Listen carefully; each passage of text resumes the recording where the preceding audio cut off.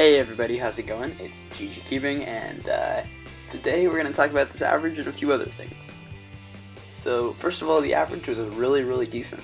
15.46. You're going to see the information at the end, and scrambles are in the description, but it was pretty cool because I got some, it was pretty inconsistent, I will say that, but I had some decent times.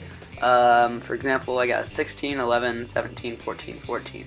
17 was kind of a LOL solve. But the 11 was nice.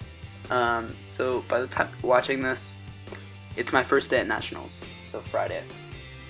This is obviously pre-recorded because I'm at my desk and stuff.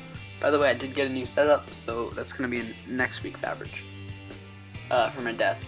And yeah, so right now, today, I forget what the events I'm doing. Not 3x3 because that's tomorrow, I believe.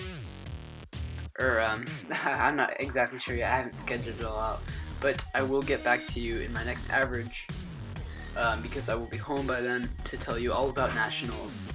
My Monday video after that will probably be some solves from there.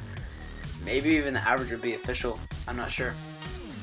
Well, I'm not exactly sure how it's going to go down from here, because I'm still getting ready for Nationals right now.